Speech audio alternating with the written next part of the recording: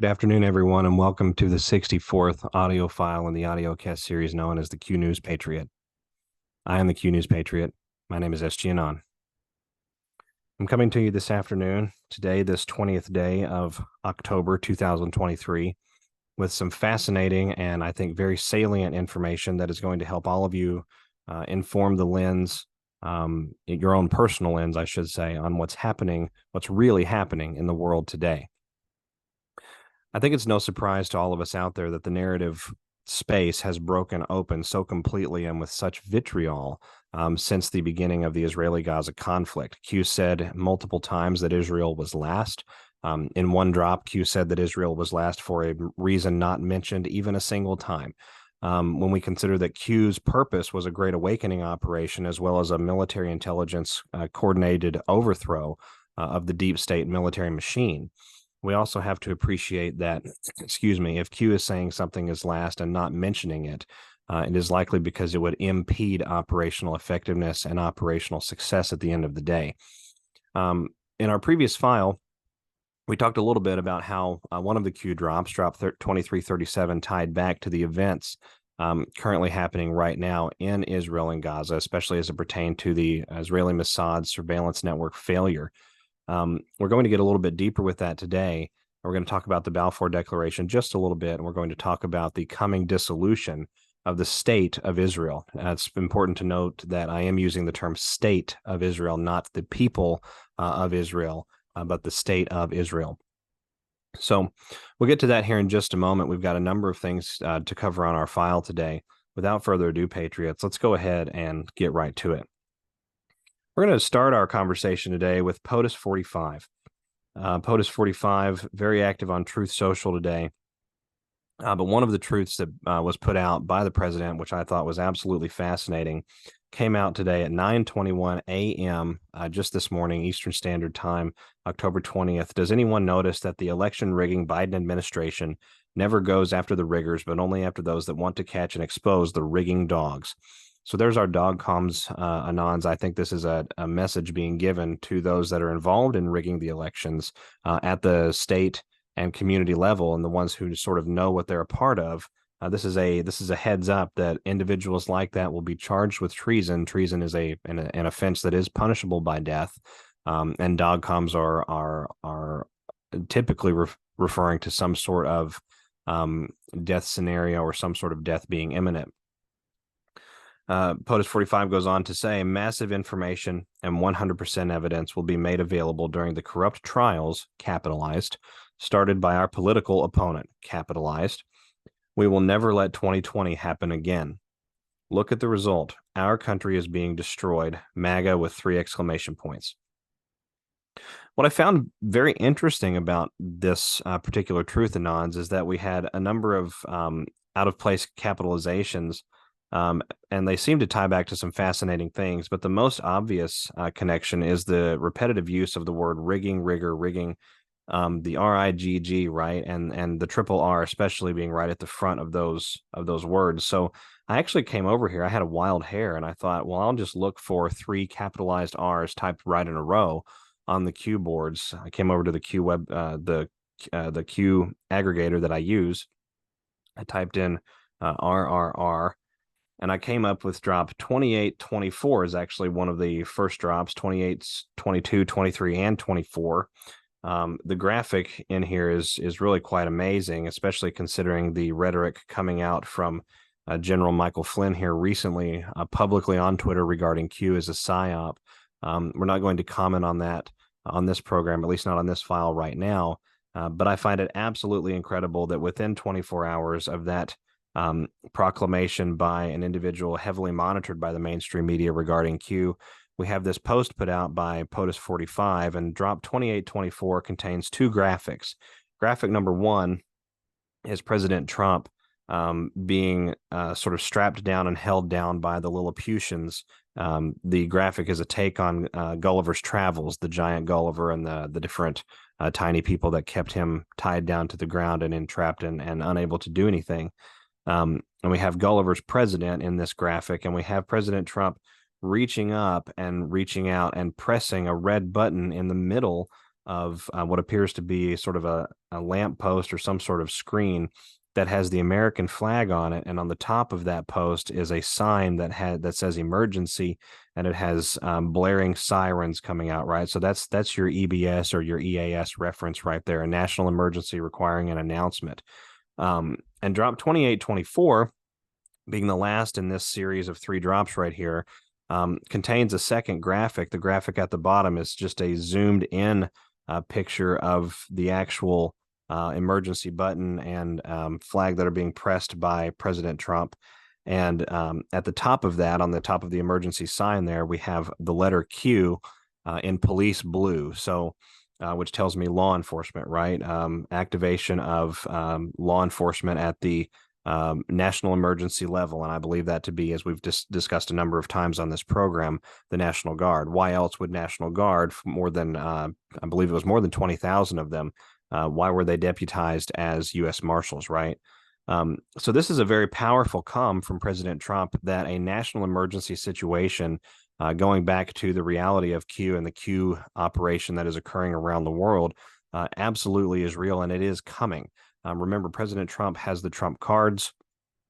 We can move this needle any which way that is necessary, but there's only a number of ways, I think, that are actually going to yield us the results at the end of the day, because again, this is a kinetic process. This is a kinetic warfare situation around the world. The conflicts that are happening are very real, but I think this is a confirmation or an encouraging reminder from the commander-in-chief that there's more at play here than we realize, and that national emergencies and some sort of announcement will eventually come to the people of the United States. Now we're going to take it a little bit further with that. I thought it was interesting nonetheless that we found those connections with the triple R's, but the timestamp, I got a wild hair and said, well, what does timestamp, or what does drop 921 say? And so I came over to drop 921, posted March 10, 2018. And here's what's interesting: 2:21 and 27 seconds. So the rear end of that on the back side is 2 + 7 is 9, and then you have your 221. So there's your 921 sort of in reverse. Future proves past. Revealed Sessions has appointed someone outside of D.C. What are sealed? Reread drops regarding Podesta and Huma. You have more than you know. So again, we know that John Podesta is going to come into this, and the Podesta group at large is going to come into this at a national emergency level before it's over. We are sort of walking through that period of time, I think, right now, or entering into that period of time right now. So this is a wonderful, I think, encouragement for everyone out there, because we're sort of disheveled. I think a lot of patriots are beginning to lose focus of the overall mission. Remember, this is an active process. We have to keep our eyes on the prize. We have to remember why we're doing this. We have to remember the things we've learned. And it is a difficult thing to do when you are under fire, when you're taking fire on the battlefield. Thinking clearly is sort of the last thing that everyone is instinctively compelled to do, but it is the thing that we must do if we are to win the day and move the needle forward. Speaking of moving the needle forward, I believe POTUS 45 has also confirmed a number of things for us publicly. We know that the announcement regarding the 2024 election trials, with the evidence being presented taken from the truth we just decoded, that on its face, I think, is very significant and compelling. But it is worth recognizing that there is a historic aspect to this, that there is a background that applies to the here and now. This is not the first presidential election that has been vitriolically contested. This is not the first truly contentious moment in the election of a United States president. This is also not the first time that foul play has been involved in the manipulation of the Electoral College to install a particular president. As a matter of fact, if we'd like to, we can go back and find the example of that taken from the presidential election of 1876. If you go over and do a little bit of digging, you come around to the election of 1876, because it ended up involved with the Supreme Court and the United States Congress. And the Supreme Court and the Congress together actually selected the president of the United States at that time. Taken from an article on Gilder Lehman, the presidential election of 1876 was better known for its controversial aftermath than for the campaign that preceded it. The basic outline of the events after Election Day, November the 7th, 1876, is familiar. The Democrat candidate, Samuel Tilden of New York, had carried a majority of the popular vote, and by the morning after the election, he had 184 of the 185 electoral votes necessary for a majority win. Tilden's opponent, Governor Rutherford B. Hayes of Ohio, had at best 166 electoral votes, or 165 if the eligibility of one of Oregon's electors was challenged. The 19 votes from the three ex-Confederate states, Florida, Louisiana, and South Carolina, were in dispute. According to the Democratic version of events, corrupt returning boards in the three southern states had overturned majorities of the popular vote and had awarded the reflected electoral vote to Republicans. Crying foul, Democrat electors from those states sent their own votes to Washington as well for Congress to consider when it officially counted the nation's votes in February of 1877. With control of Congress split between Democrats and Republicans, disagreement about exactly who could count the votes produced a constitutional crisis that evoked threats of armed violence. To resolve it, Congress created an unprecedented and as yet unreplicated Federal Electoral Commission consisting of 15 members of Congress and justices of the Supreme Court. There was no bargain, usually described as the Compromise of 1877, to end Reconstruction. The Commission's Republican majority, voting on a party line of 8-7, awarded all of the disputed electors to Rutherford B. Hayes. The resulting 185-184 victory proved the narrowest margin in American history at that time. Democrats declared the election the fraud of the century. Now, when I was reading this and I was looking a little bit more into the history of these events, it's worth noting that the things you find on the internet, Anons, need to be substantiated by a couple of different accounts. We need a good full picture of what actually occurred. Appreciating the dynamics, the geopolitical dynamics of the society at that time are one of the things that really inform how events happened, right? The victor writes the history. And so we have to go through and find out the things that the victor may not have wanted known.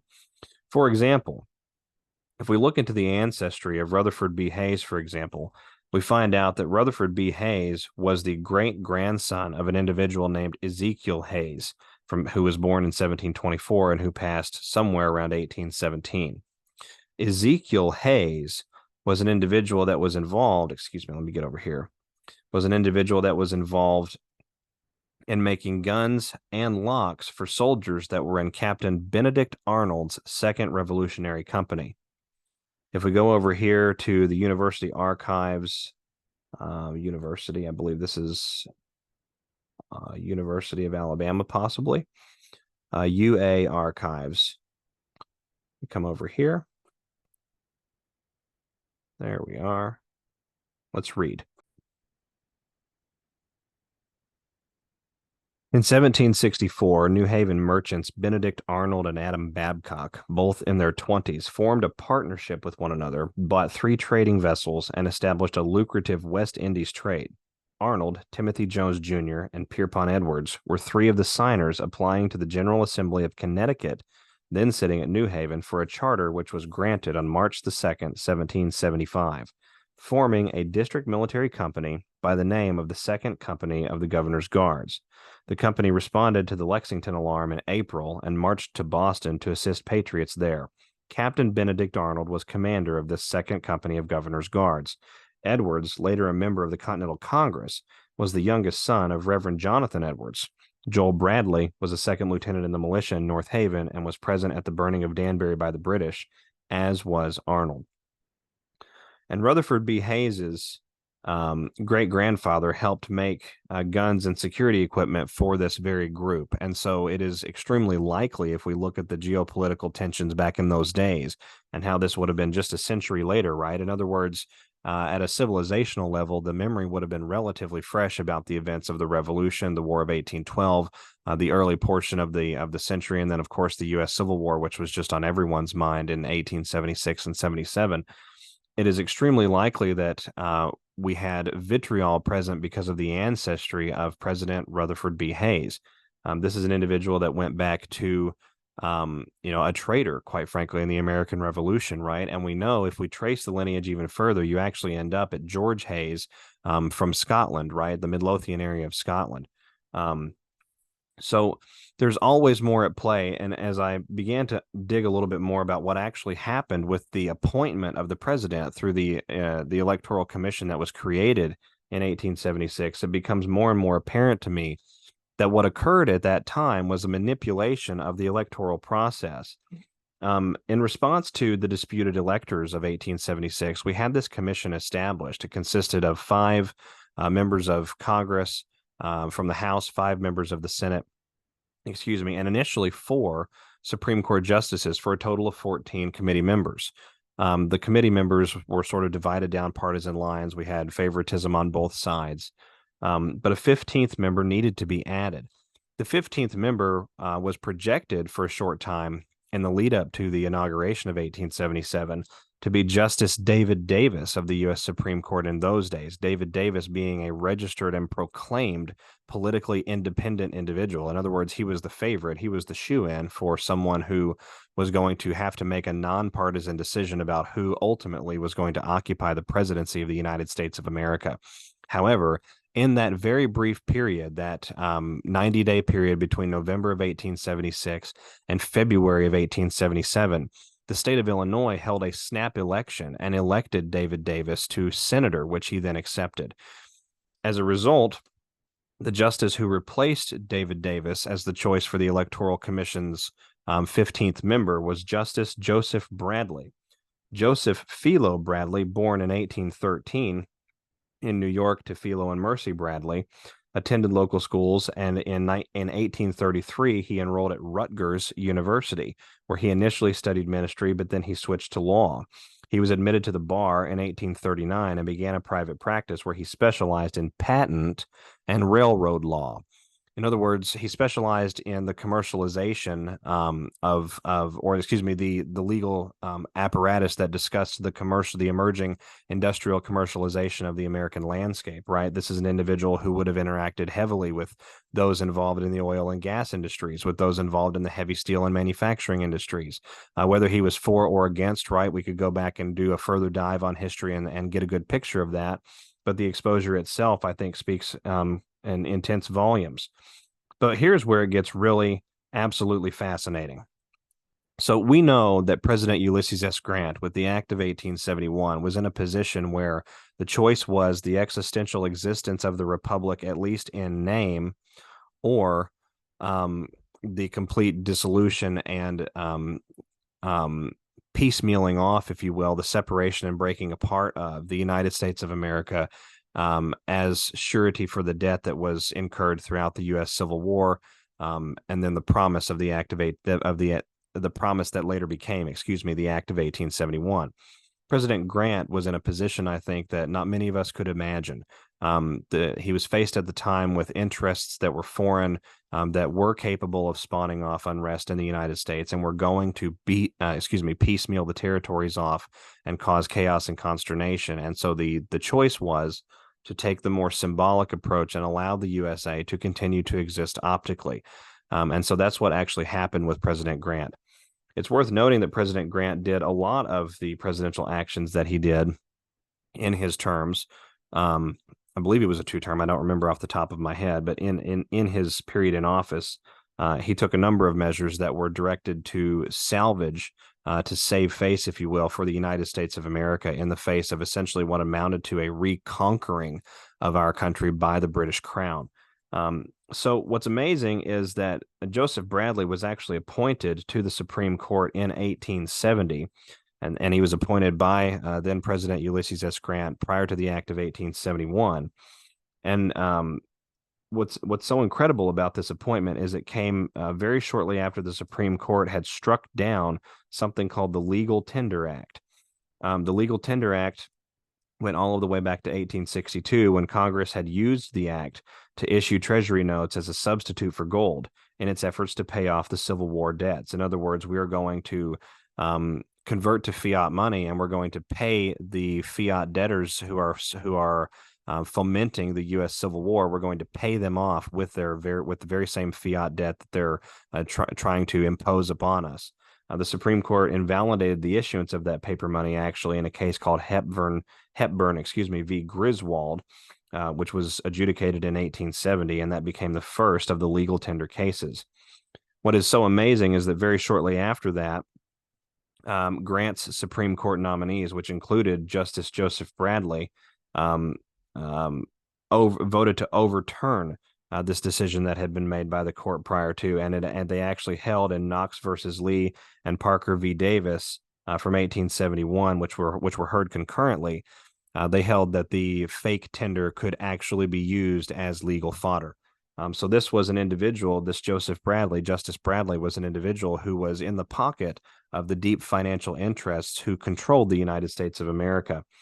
So it's fascinating then that Justice Bradley becomes the 15th member of this commission. This commission votes 8-7, essentially along party lines, with Bradley being the deciding vote to give the presidency over to President Rutherford B. Hayes. And we're seeing the Supreme Court now being sort of hinted at as coming around for these Trump trials for 2024. These trials will showcase, I believe, for the United States and the world, that interference in our electoral process and in our basic republicanism system form of government has been going on for a very, very long time. The Supreme Court is going to be forced to draw on case law relevant to things like federal electors and presidential elections, right? And we know that there's only really a handful of cases that the High Court has ever truly heard in real form that can be drawn on from that. It certainly seems very apparent to me, and I'm sure to many of you out there, that these issues that will likely get raised at the Trump trials concerning matters of national security and executive privilege will inevitably arrive at the doorstep of the Supreme Court of the United States, because it is the only institution which has the jurisdiction capable of making the sorts of decisions that we're seeing right now. So this is a powerful time to be alive, Anons. This is an exciting time to be alive, but it's also a scary time to be alive. As we go through this process of founding of the Republic of the United States and re-educating ourselves on our civic duty, our Constitution, and how these processes work, we have to remember that the rest of the world is moving ahead in the ways that they see best to achieve the same sort of balanced multipolarity ends and the eradication of the deep state that we all wish to see. Russia, for example, is very well aware of the things that are going on in the world, and they have begun ramping up their nuclear arsenal in response to the events of the Middle East. We have United States airborne nuclear sniffer planes that have been tracked on radar over the Middle East, ostensibly looking for something. We have a number of different statements coming from individuals on both sides of the aisle talking about the possibility of things around the world going nuclear as we rebalance the balance of power and as we rebalance the balance of money, in particular around the world, money and power sort of going hand in hand. It is a concerning process. It is a fearful, I think, task to sort of encapsulate and really truly comprehend and grasp and look at with that 80,000-foot point of view. Because there are so many different things that have to occur. There are so many different moving parts that need to work seamlessly, right? And we do have to remember that a great deal of these operations happening around the world, to include the U.S. COG and to include the Trump trials of 2024, are to highlight out a number of different things. But one of those things is who, at the end of the day, will be on our side within our institutions, and who, at the end of the day, is going to side with the deep state military warmongering machine to sacrifice humanity and resign us to a depopulation agenda and sort of a transhumanistic digital slavery. The stakes that we're playing with, I think, as we go through this era of time, we shouldn't underestimate them, but in the same vein, we shouldn't allow them to overpower and overcomplicate the very plain, I think, discussion that needs to be had about the events occurring in the world, right? They are scary. They are necessary in some regards. Excuse me, none of it is pleasant. But when we appreciate the entrenchment and how deep it is, we have to acknowledge that only getting all of the entrenchment out will do. And we also must acknowledge that because it is so deep, we need all of we the people, as many of us humanly possible, that we can get all on the same fold and all into the same boat. We need us all banded together shoulder to shoulder so that we can carry this burden through this period of time and into a new era, right, for our children and for our grandchildren. And coming with the launch of that new era, I believe, is going to be a dramatic birth experience in some regards. We've had a talk for a long time on this program about false flags. We've talked about Red Dawn moments. We've talked about the very distinct possibility that the Chinese People's Liberation Army, the PLA Army, has espionage assets by the tens of thousands here in the United States of America, right?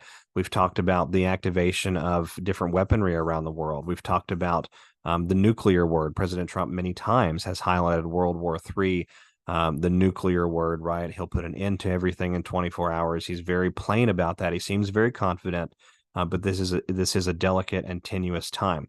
And it is now my firm belief that we are going to see the narrative carried regarding a nuclear detonation, the actual use of a nuclear device, whether real or whether simply carried in the narrative space.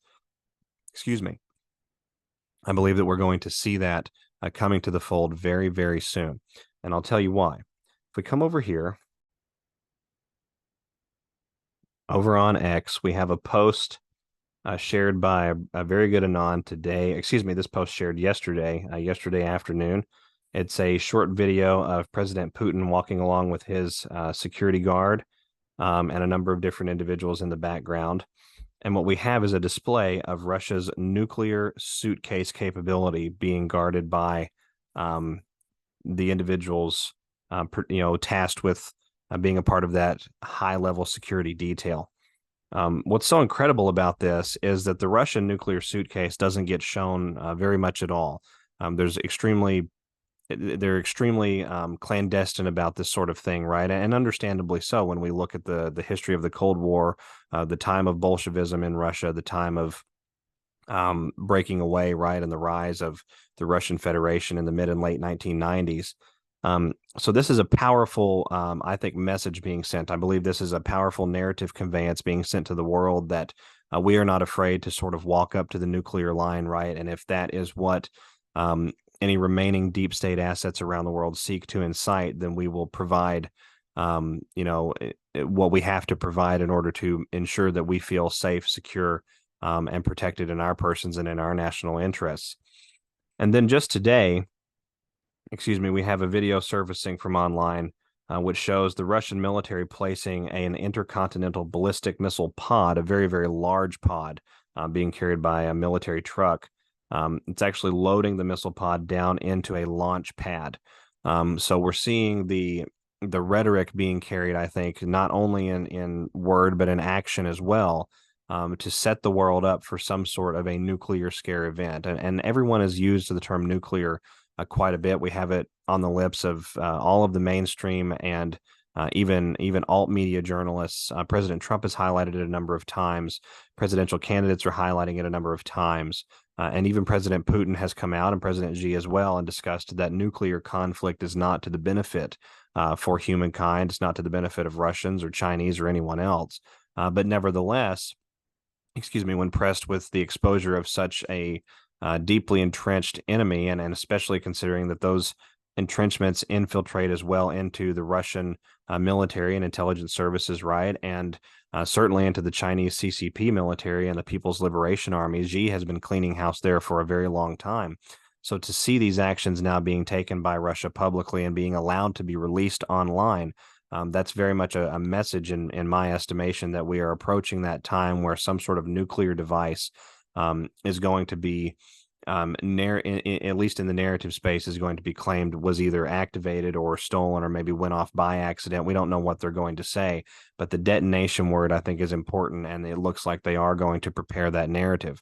Going right along with this, the assault on Zaporizhzhia nuclear power plant by the Ukrainian mercenary army has continued for a number of weeks now. Those forces have not been successful in breaking significantly those defensive lines, and they've switched more towards guerrilla and sabotage tactics. But the goal of the UAF, which is just the extension of the Luciferian deep state cabal into Ukraine, the goal of that group in that area is to ignite a radioactive event, which they can then blame on Russia. Something like what's happening in the Middle East, which could very easily be blamed on nations like Iran or North Korea. or even Armenia and Azerbaijan in that area, right? These are all candidates for scapegoats. We don't really know how this narrative warfare is going to play, so it's important that we keep our head on a swivel and acknowledge that these things are coming and that we have kinetic actions, or they seem to be coming, I should say, and we have kinetic actions to support that. Speaking of kinetic actions, we're going to talk a little bit about what's happening in the Middle East. We're going to close our file this afternoon with that. The events happening in the Middle East, just like the events happening elsewhere around the world, are historic, but they are also multi-angular. They're serving a number of different purposes. And the unfortunate reality of war is that these people are very, very evil, and they are very, very entrenched and have been very, very entrenched for a long time. The Balfour Declaration is history that every Anon needs to be very familiar with as we go through the process that we're looking at right now.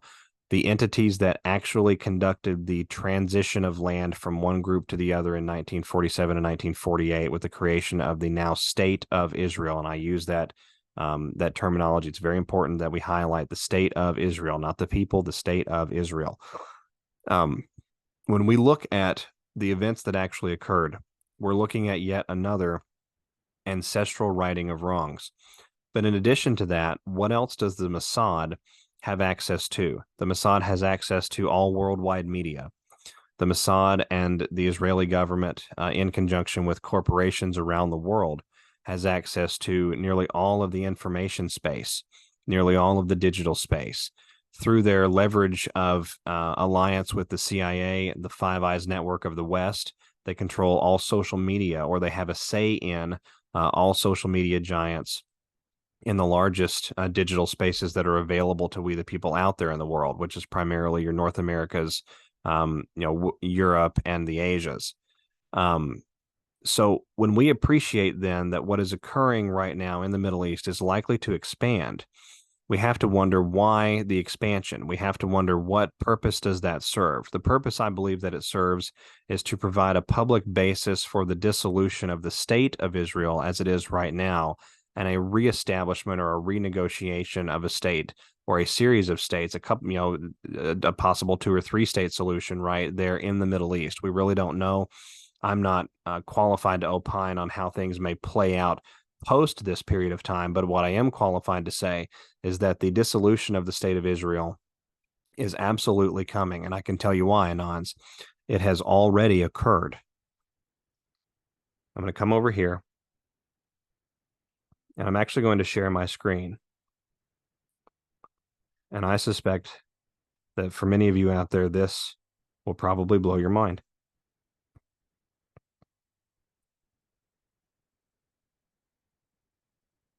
All right, here we have your standard issue Google search engine, your censorship machine, publicly accessible pretty much anywhere in the world by anyone. And we have a number, OE027515. Now, as you can see, when we click on that number and search for that number in Google, we find a business by the name The State of Israel, all capitalized. And there's a reason for that, capitalized, capital. The first link is actually a UK government website link. I'll pull this up. The State of Israel, company number OE027515, correspondence address, so mailing address of 2 Palace Green, London, United Kingdom, W8 4QB, registered on the 23rd of February, 2023, as in this year. First statement due next February, not filed yet. Incorporated in Israel. Governing law is Israeli law. But the correspondence address for this business is located on 2 Palace Green, London in the United Kingdom. Come over here. Oh, pardon me. This dock up here is in the way on this end. You can't see it, Anons, hopefully. I hope that it doesn't show this part to you. Give me just a minute. Let me see if I can move this.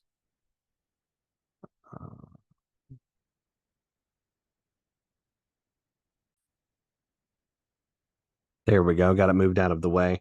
So if we type in 2 Palace Green, London, UK, W84QB in the same Google censorship search engine machine, we come up with the Israeli embassy in London. Now, here's what caught my eye more than anything else, Anons. It's a very compelling decode to see where we're going with this. But the Israeli embassy in London, did any of you realize that it was located on the same grounds as Kensington Palace? I did not. I did not realize that that was the case, and yet it is. And so what do we have here? We have a country in the same form as the U.S. government, Inc. and Companies House in London via the Act of 1871 and other treatises that were put in play after that. We have an entire country being incorporated into the London Companies House, which we know was put into submission quite a while ago. So one has to ask, what is the angle on this, and why does this, or how does this tie into the events in Israel now? Anons, I'm going to ask you to put on your thinking caps and speculate with me, educatedly, of course, just for a moment. If the state of Israel was incorporated as a business owned by the royal family, the British Crown in London in February of this year, does it not stand to reason that that state of Israel, that company, that business entity must be bankrupted before we leave, before we can exit this current world situation that we are in? Furthermore, if the Mossad and the Israeli locus of control around the world, if the deep state military intelligence community based out of the Middle East and based out of the state of Israel for a very long time, and as well as Switzerland and Washington, D.C., if that community was formerly not incorporated into the British Crown, essentially what amounts to the business ledger empire around the world, the central bank empire, if they were apart from that, that means that the bankruptcy of that system would not have affected them.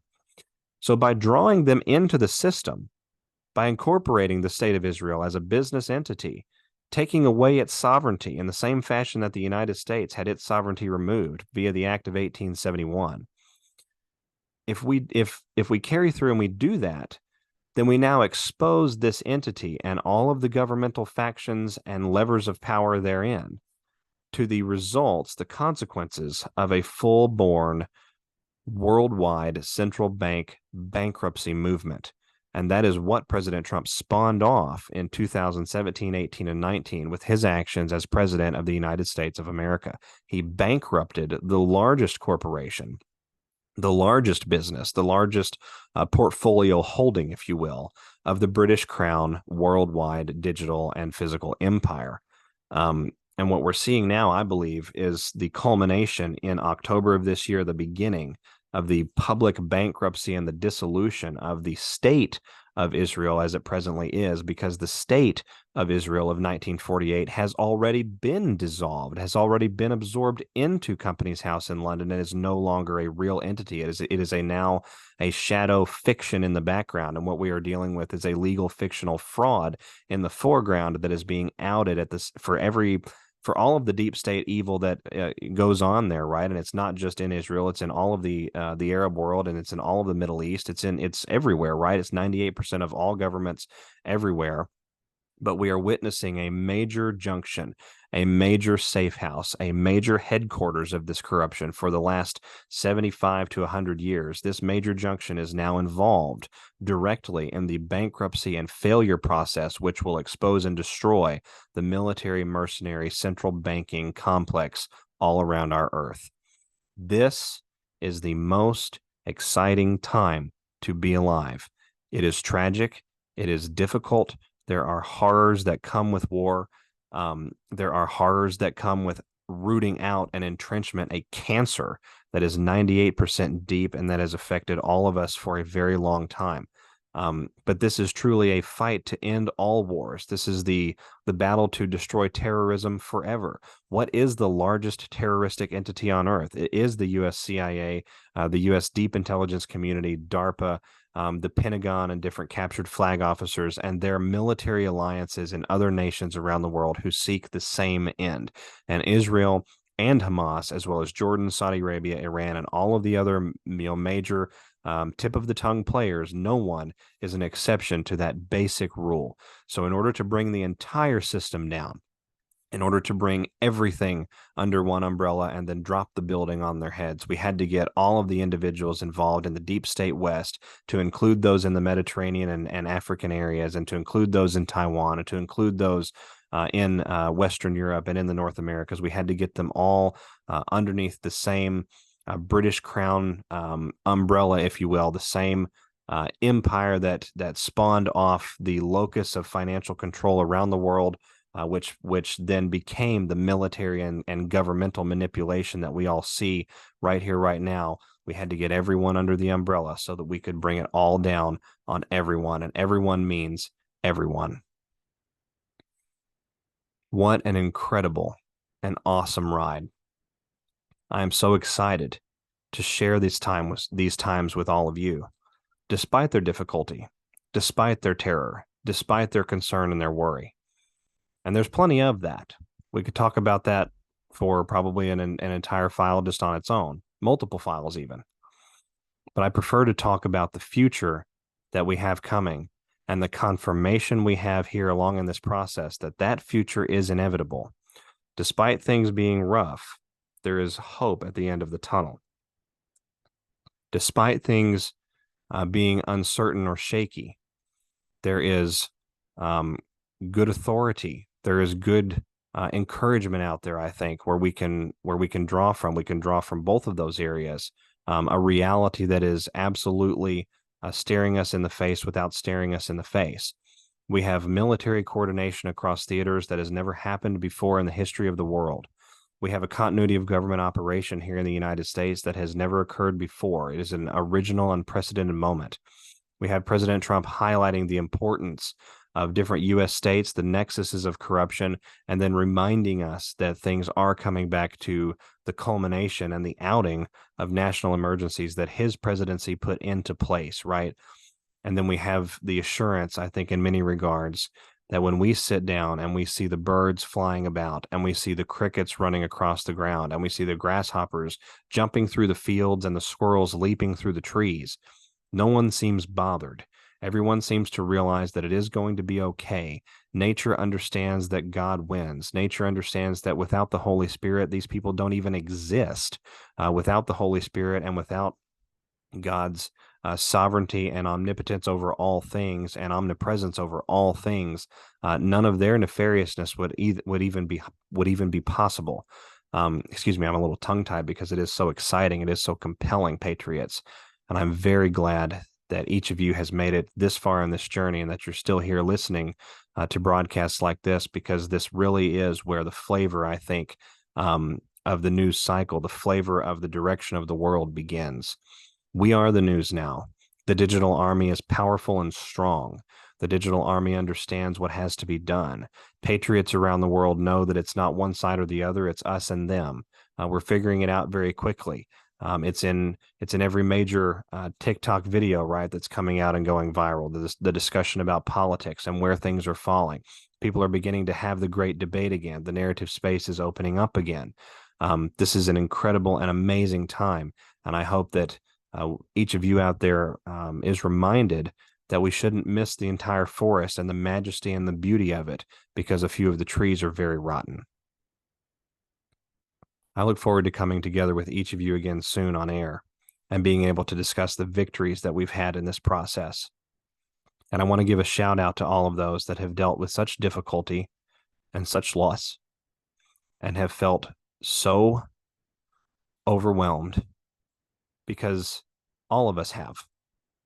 And we have to acknowledge that that is an acceptable and okay and permissible feeling. But it is not acceptable for us to marinate in any of those feelings, which are unproductive and do not allow us the success of the mission. We win. God wins. And we have the evidence showing out right in front of our faces oftentimes to remind us of exactly that. I hope each of you has a wonderful day today. Give your spouse a hug.